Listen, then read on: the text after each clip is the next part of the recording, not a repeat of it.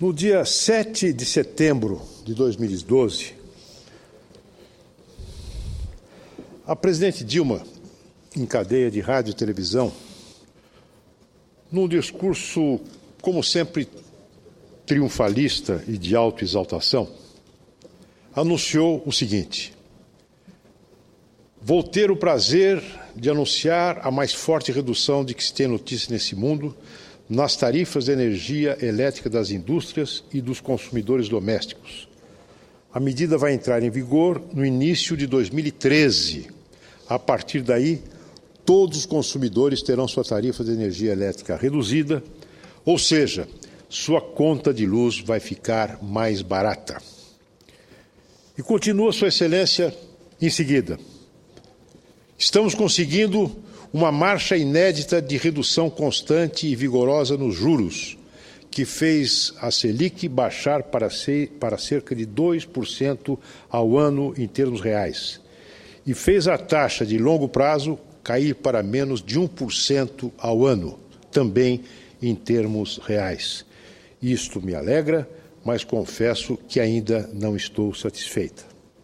Senhor presidente, depois desse anúncio de que os juros deveriam baixar, que, segundo a presidenta, na época estavam em cerca de 7,25%, a taxa Selic, ao contrário do que disse a presidente, subiu para 10,75%. Foi exatamente o contrário daquilo que Sua Excelência anunciou triunfalmente ao nosso país.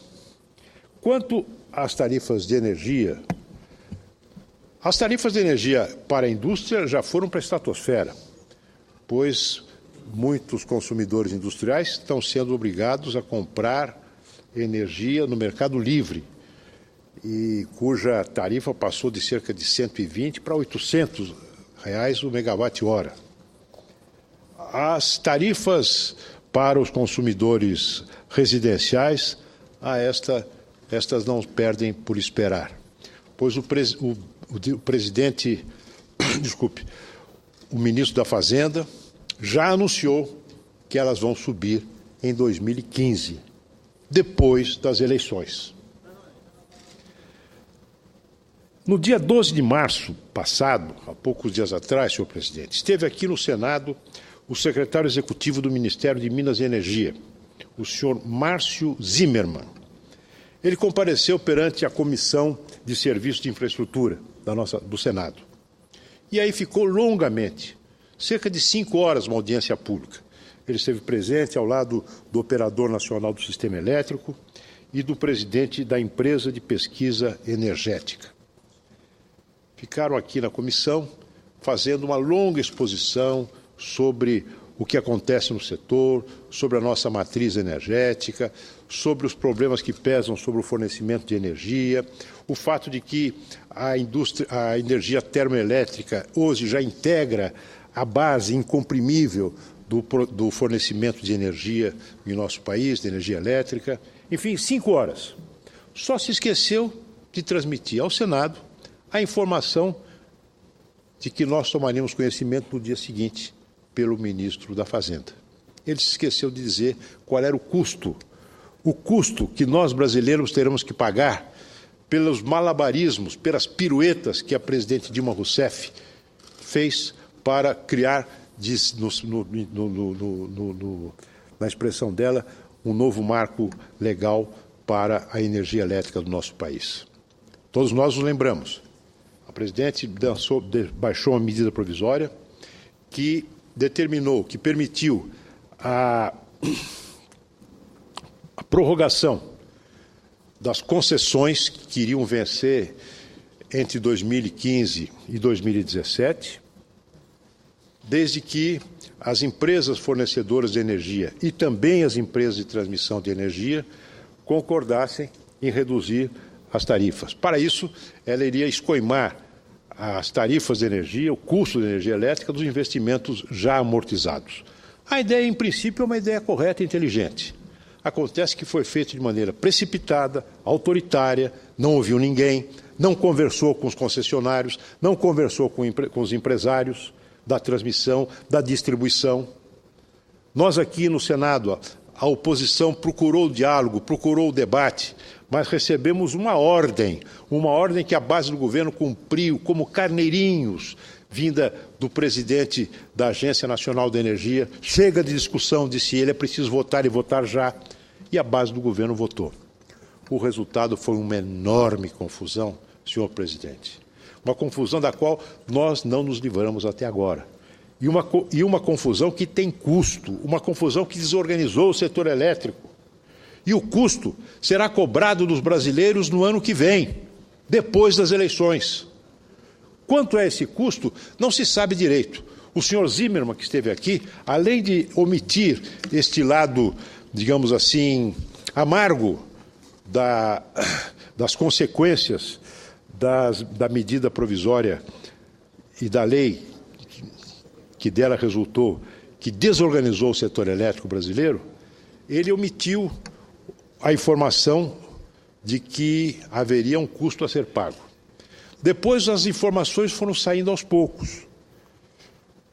Ora, o ministro fala em um aporte do Tesouro de 4 bilhões, que vai se somar aos 9 bilhões já previstos no orçamento, que vão para a conta de desenvolvimento energético. Mais tarde, o governo disse que vai autorizar a contratação de um financiamento de 8 bilhões de reais pela Câmara de Comercialização de Energia Elétrica, para que as distribuidoras de energia paguem as dívidas com as geradoras, porque as distribuidoras têm acumulado um prejuízo grande, comprando energia por um preço maior do que o preço pelo qual a energia é vendida. Hoje, o jornal Folha de São Paulo traz mais uma novidade. Cerca de 10 a 15 bilhões de reais que estão sendo reclamados pelas empresas de transmissão de energia elétrica, referente à indenização dos investimentos feitos antes do ano 2000, indenização essa que foi assegurada por um decreto da presidente Dilma. Não se sabe ainda quanto custará. Por quê? Porque a Agência Nacional de Energia ainda está fazendo as contas e vai continuar fazendo as contas, enrolando, até o ano que vem, porque no ano que vem é que o brasileiro terá que pagar, depois das eleições. Terá que pagar sob forma de tributos, de impostos que serão aumentados, e isso o ministro da Fazenda já anunciou que acontecerá, ou então pagar sob forma de conta de energia mais cara. De qualquer forma, terá que pagar. Quanto ainda não se sabe, mas nós saberemos o ano que vem, depois das eleições. Por isso, senhor presidente, nós estamos diante de uma figura que pode se assemelhar ao estelionato. O estelionato está definido, está tipificado no Código Penal, no capítulo do estelionato e outras fraudes. A fraude, chamada de estelionato, consiste, artigo 171, em obter para si ou para outra em vantagem ilícita, em prejuízo alheio, induzindo ou mantendo em erro alguém em erro, mediante artifício, ardil ou qualquer outro meio fraudulento. Isso é o estelionato. Nós estamos diante de um estelionato eleitoral. Fez-se uma enorme confusão, alterando-se de uma hora para outra uma medida provisória baixada de cima para baixo autoritariamente. Todo o setor, todas as contas desse setor extremamente complexo da economia brasileira, de tal forma a se criar total penumbra sobre a realidade, uma realidade opaca que ninguém consegue destrinchar, mas o que sabemos é que haverá uma conta a ser paga. E a conta será paga o ano que vem. Vote primeiro e depois pague. Que pagaremos, isso nós sabemos. Mas não querem apresentar a fatura esse ano exatamente para iludir o povo.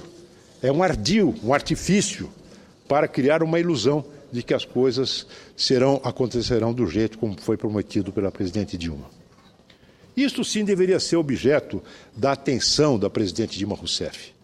Ao contrário, vimos a presidente Dilma Rousseff nos últimos 3 meses às voltas com uma reforma ministerial que não acabava nunca. E ainda não acabou. Quando um presidente da República faz uma reforma do Ministério, ele procura sinalizar, dizer à nação qual é o novo rumo que o governo terá.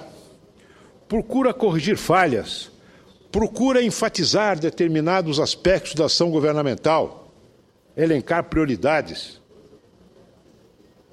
No entanto, o que vimos durante esses 3 meses foi simplesmente a presidente da República num jogo de cabra cega, uma brincadeira de cabra cega com o líder do PMDB na Câmara, o deputado Eduardo Cunha. O resultado?